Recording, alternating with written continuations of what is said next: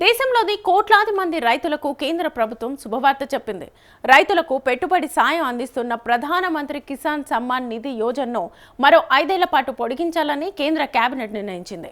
ప్రధానమంత్రి నరేంద్ర మోదీ అధ్యక్షతన జరిగిన ఈ సమావేశంలో ఈ నిర్ణయానికి ఆమోదం లభించింది. 2030-31 ఆర్థిక సంవత్సరం వరకు ఈ పథకం కొనసాగనుండగా ఇందుకోసం 3,15,000 కోట్లకు పైగా నిధులు వెచ్చించనుంది.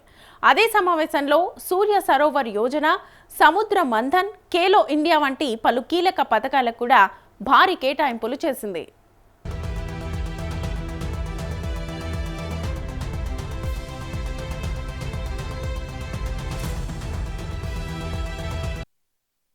రైతులకు ఆర్థిక భరోసా కల్పించే ప్రధానమంత్రి కిసాన్ సమ్మాన్ నిధి యోజనను మరో 5 ఏళ్ల పాటు కొనసాగించాలని కేంద్ర కేబినెట్ నిర్ణయించింది.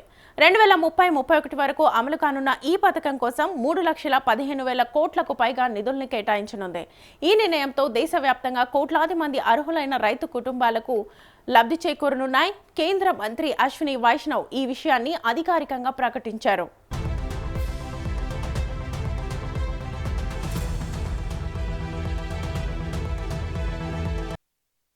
పీఎం కిసాన్ పథకం కింద ప్రతి అర్హులైన రైతులకు ఏటా 6,000 రూపాయల ఆర్థిక సాయం అందుతోంది. ఈ మొత్తాన్ని 2,000 చొప్పున 3 విడతల్లో నేరుగా రైతుల బ్యాంకు ఖాతాల్లో జమ చేస్తున్నారు.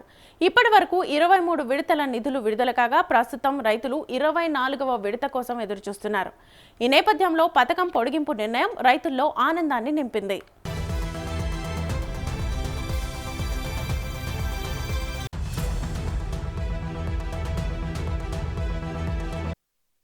వ్యవసాయంతో పాటు పునరుత్పాదక ఇంధనం, క్రీడా రంగాలకు కూడా కేంద్రం ప్రాధాన్యతనిచ్చింది. వచ్చే 5 ఏళ్లలో 5,000 మెగావాట్ల ఫ్లోటింగ్ సోలార్ విద్యుత్ ఉత్పత్తి లక్ష్యంగా ప్రధానమంత్రి సూర్య సరోవర్ యోజనకు 5,070 కోట్ల రూపాయలు కేటాయించింది. అలాగే దేశీయ చమురు, సహజ వాయువు అన్వేషణను వేగవంతం చేసేందుకు సముద్ర మంథన్ పథకానికి 84,000 కోట్ల రూపాయలకు పైగా, క్రీడల అభివృద్ధికి ఖేలో ఇండియా కార్యక్రమానికి 29,000 కోట్లకు పైగా, సొరంగాల నిర్మాణానికి 9,779 కోట్లను మంజూరు చేసింది.